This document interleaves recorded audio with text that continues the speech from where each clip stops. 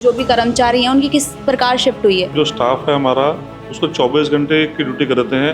24 घंटे ड्यूटी, 24 घंटे rest. NIT area है, सेक्टर 31 एरिया, सेक्टर 15 का एरिया है, वहाँ से भी काफ़ी फायर केस आ रहे हैं, जहाँ पर हमारे जो जवान हैं वो लोग जाते हैं और हम लोग दिन में मैक्सिमम ट्राई करते हैं कि 12 से 15 मॉक ड्रिल्स या लोगों के लिए ट्रेनिंग का जो इंतज़ाम है वो कर सकें, अवेयरनेस फैला सके लोगों में। नमस्कार, मैं आप देख रहे हैं हिंदुस्तान तहलका। इस वक्त आपको मैं बता दूं कि सेक्टर 25 में मौजूद हूं और फायर विभाग है ये। हमारे साथ एक अधिकारी मौजूद हैं।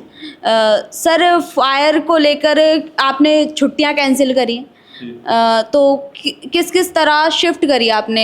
जो भी कर्मचारी हैं उनकी किस प्रकार शिफ्ट हुई है?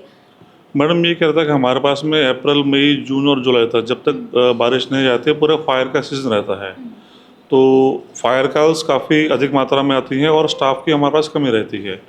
तो उस कमी को पूरा करने के लिए हम लोग क्या करते हैं, जो स्टाफ है हमारा उसको 24 घंटे की ड्यूटी करते हैं। 24 घंटे ड्यूटी, 24 घंटे रेस्ट, जिससे हम स्टाफ की कमी को पूरा कर सकें। और इस वजह से हम लोग मैक्सिमम फायर कॉल्स को अटेंड कर पाते हैं इफ़ेक्टिवली और एफिशिएंटली। कितने केसेस दिन में आ रहे हैं? अभी तक हमारे पास में अप्रॉक्सीमेटली 15 से 20 case fire case per day आ रहे हैं। अच्छा। और कहाँ मैं मानूंगी कहाँ, क्योंकि कहते हैं कि इस वक्त गेहूं की फसल ज़्यादा होती है तो गेहूं में ज़्यादा आग लगने के चांसेस होते हैं, तो वहाँ की खबरें मेरे को लगता है कि वहाँ से ज़्यादा आ रही हैं। गेहूं की फसल के फायर केस भी आ रहे हैं और गेहूं की फसल कटने के बाद जो फांसे बच जाते हैं उसमें भी फायर केस आ रहे हैं। इसके अलावा जो हमारा एनआईटी एरिया है, सेक्टर 31 एरिया, सेक्टर 15 का एरिया है, वहाँ से भी काफ़ी फायर केस आ रहे हैं। इसके लिए आपने लोगों को जागरूक भी किया है या? इसके लिए हम लोग लगातार मॉक ड्रिल्स करते रहते हैं, परंतु जैसे कि अभी आप सभी लोग जानते हैं कि 14 अप्रैल से लेकर 20 अप्रैल तक फायर सेफ्टी डे वीक मनाया जाता है।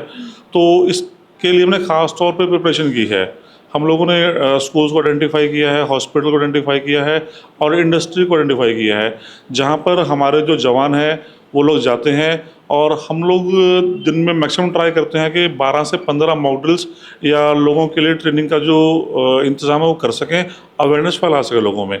और जो हमारा मेन एम्फेसिस है वो स्टूडेंट्स के ऊपर ज़्यादा है और इंडस्ट्रीज़ में जो मेन वर्क फोर्स है उसके ऊपर ज़्यादा है। गर्मी का कहर सब जगह दिख रहा है, मगर हॉस्पिटल्स में ऐसा होता है कि फायर जो सिलेंडर होते हैं कई बार एक्सपायर हो जाते हैं, और मेरे को ये जानना है कि हॉस्पिटल्स एनओसी वगैरह लेते हैं, ऐसा कुछ? हम लोगों ने लास्ट टाइम पे सर्वे किया था, जैसे हमारे पास में Haryana fire and emergency service act 2022 है, तो उसके मुताबिक जो उसके प्रीव्यू के अंदर आते हैं हम लोग उनको नोटिस इशू करते हैं और एनओसी भी इशू करते हैं। जो उसके प्रीव्यू में नहीं होते हैं वहाँ पर हम उन्हें बोलते हैं कि आप अपने अपने लेवल के ऊपर जो अग्नि सुरक्षा के इंतजाम हैं वो पूरे करने हैं। इसके अलावा सरकार की हिदायतों के अनुसार हम अलग अलग टाइम पे उनका ऑडिट्स करते हैं, चेक करते हैं, सर्वे करते हैं, जिससे कि जो हॉस्पिटल में है किस तरह का हादसा ना हो पाए। ये एनओसी रिन्यू भी होती है? एनओसी रिन्यू भी होती है, इसकी फ्रीक्वेंसी 3 साल की है जी। अच्छा, 3 साल बाद हर बार रिन्यू करना पड़ता है आपको ये। हाँ जी। और ये सोसाइटी की मैं बात करूं, सोसाइटी भी कई बार एनओसी लेती है, तो वो किस बेसिस पे लेती है? मैडम, उसमें क्या है कि जैसे मैंने अभी बताया कि एक्ट में क्लियर डिफाइन कर रखा है, यदि किसी बिल्डिंग की हाइट, रेजिडेंशियल बिल्डिंग की हाइट 16.5 मीटर से ज़्यादा है तो उसके लिए वो एक्ट लागू हो जाता है। और जितनी हमारे फरीदाबाद में हाई राइज बिल्डिंग्स बनी हुई हैं तकरीबन सभी के पास में एनओसी है, फायर फाइटिंग सिस्टम लगा हुआ है और काम भी कर रहा है। वो जहाँ जहाँ हम सर्वे करते हैं, चेक करते हैं या किसी बिल्डिंग के एनओसी को रिन्यू करते हैं, उस टाइम पे उसका पूरा फायर फाइटिंग चेक करते हैं हम लोग। हमारे ज़रिए लोगों को क्या संदेश देंगे जो कि वो आग से बच सकें और उनके वहाँ पर सेफ्टी हो पूरी तरह से? देखिए, सेफ्टी एक बहुत बड़ा शब्द है। अगर मैं फायर सेफ्टी के बारे में बोलूँगा तो एक काफ़ी हद तक कॉमन सेंस की बात है कि जैसे हम लोग कई बार क्या होता है कि कुछ लोग बीड़ी पीते हैं या सिगरेट पीते हैं, वो जलती हुई सिगरेट या बीड़ी को साइड में फेंक देते हैं, परंतु वो उन्हें ये ध्यान नहीं होता कि जो आसपास का जो मेटल है वो सूखा पड़ा हुआ है, उसके ऊपर ध्यान देते। घरों के अंदर क्या है, जैसे मंदिर होते हैं, मंदिर में दिया जलाते हैं हम लोग, अब मंदिर का पर्दा कर देते हैं और फैन चला देते हैं, तो उससे कई बार फायर के जो चांस है वो होते रहते हैं।